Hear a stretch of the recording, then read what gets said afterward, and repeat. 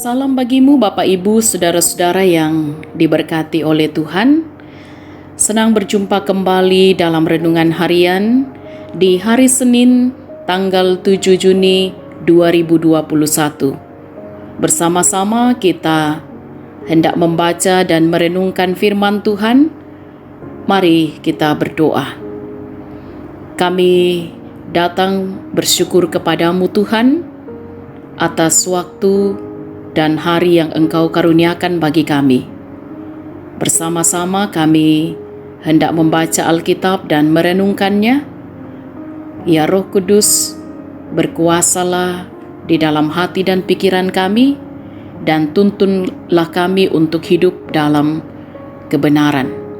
Dalam nama Tuhan Yesus kami berdoa. Amin. Kitab 1 Samuel pasal 8 ayat 1 sampai ayat 21. Orang Israel meminta seorang raja. Setelah Samuel menjadi tua, diangkatnyalah anak-anaknya laki-laki menjadi hakim atas orang Israel. Nama anaknya yang sulung ialah Yoel, dan nama anaknya yang kedua ialah Abia. Keduanya menjadi hakim di Berseba. Tetapi anak-anaknya itu tidak hidup seperti ayahnya. Mereka mengejar laba, menerima suap, dan memutarbalikkan keadilan. Sebab itu berkumpullah semua tua-tua Israel. Mereka datang kepada Samuel di Rama dan berkata kepadanya, "Engkau sudah tua dan anak-anakmu tidak hidup seperti engkau. Maka angkatlah sekarang seorang raja atas kami untuk memerintah kami, seperti pada segala bangsa-bangsa lain." Waktu mereka berkata, "Berikanlah kepada kami seorang raja untuk memerintah kami," perkataan itu mengesalkan Samuel. Maka berdoalah Samuel kepada Tuhan.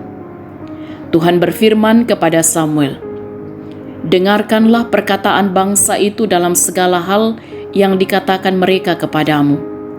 Sebab bukan engkau yang mereka tolak, tetapi akulah yang mereka tolak, supaya jangan aku menjadi raja atas mereka. Tepat seperti yang dilakukan mereka kepada aku sejak hari aku menuntun mereka keluar dari Mesir sampai hari ini, yakni meninggalkan daku dan beribadah kepada Allah lain. Demikianlah juga dilakukan mereka kepadamu. Oleh sebab itu, dengarkanlah permintaan mereka. Hanya peringatkanlah mereka dengan sungguh-sungguh dan beritahukanlah kepada mereka apa yang menjadi hak raja yang akan memerintah mereka." Dan Samuel menyampaikan segala firman Tuhan kepada bangsa itu yang meminta seorang raja kepadanya. Katanya, "Inilah yang menjadi hak raja yang akan memerintah kamu itu. Anak-anakmu laki-laki akan diambilnya dan dipekerjakannya pada keretanya dan pada kudanya, dan mereka akan berlari di depan keretanya. Ia akan menjadikan mereka kepala pasukan 1,000 dan kepala pasukan 50. Mereka akan membajak ladangnya dan mengerjakan penuaian baginya. Senjata-senjatanya dan perkakas keretanya akan dibuat mereka. Anak-anakmu perempuan akan diambilnya sebagai juru campur rempah-rempah, juru masak, dan juru makanan. Selanjutnya dari ladangmu, kebun anggurmu dan kebun zaitunmu akan diambilnya yang paling baik dan akan diberikannya kepada pegawai-pegawainya. Dari gandummu dan hasil kebun anggurmu akan diambilnya 1/10 dan akan diberikannya kepada pegawai-pegawai istananya dan kepada pegawai-pegawainya yang lain.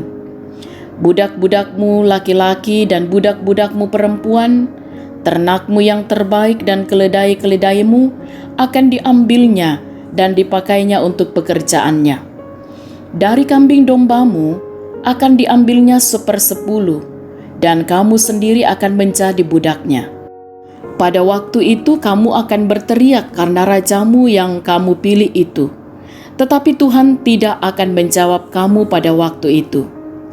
Tetapi bangsa itu menolak mendengarkan perkataan Samuel dan mereka berkata, "Tidak, harus ada raja atas kami. Maka kami pun akan sama seperti segala bangsa-bangsa lain. Raja kami akan menghakimi kami dan memimpin kami dalam perang." Samuel mendengar segala perkataan bangsa itu dan menyampaikannya kepada Tuhan. Tuhan berfirman kepada Samuel, "Dengarkanlah permintaan mereka dan angkatlah seorang raja bagi mereka." Kemudian berkatalah Samuel kepada orang-orang Israel itu, "Pergilah masing-masing ke kotanya." Amin. Tema renungan kita ialah jangan menghina Tuhan. Da amutele tupuang. Sahabat renungan harian yang diberkati oleh Tuhan, di dalam Alkitab sangat jelas dikatakan bahwa Saul menjadi raja Israel karena permintaan orang Israel sendiri, seperti yang dikatakan dalam ayat yang kelima. "Maka angkatlah sekarang seorang raja atas kami untuk memerintah kami, seperti pada segala bangsa-bangsa lain." Jadi bukan Tuhan Allah yang memilih Saul, tidak seperti Daud yang dipilih sendiri oleh Allah. Maka berdoalah Samuel kepada Allah menyampaikan permintaan bangsa Israel.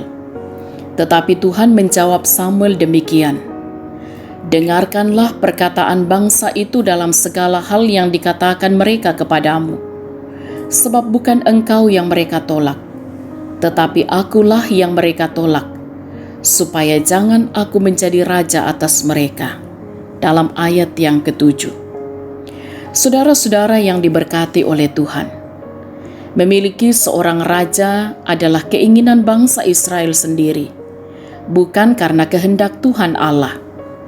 Disinilah menjadi nyata bahwa mereka tidak lagi mengandalkan Allah, tetapi lebih mengikuti keinginan mereka sendiri. Mereka bersepakat memilih Saul, kemudian Saul melakukan keinginan hatinya.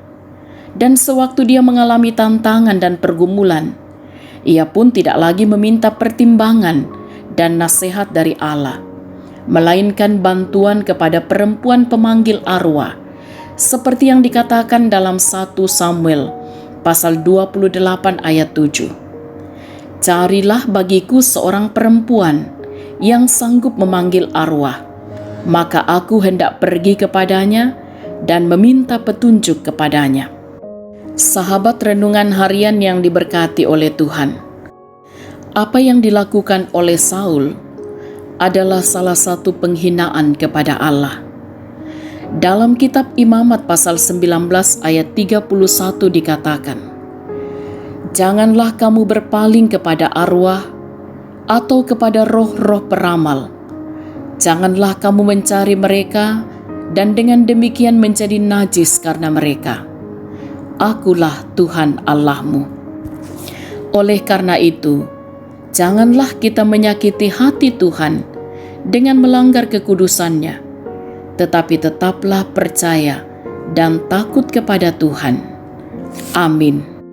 Bapak, Ibu, saudara-saudara yang diberkati oleh Tuhan, mari kita menjalani kehidupan ini dalam ketaatan dan kesetiaan kepada Allah.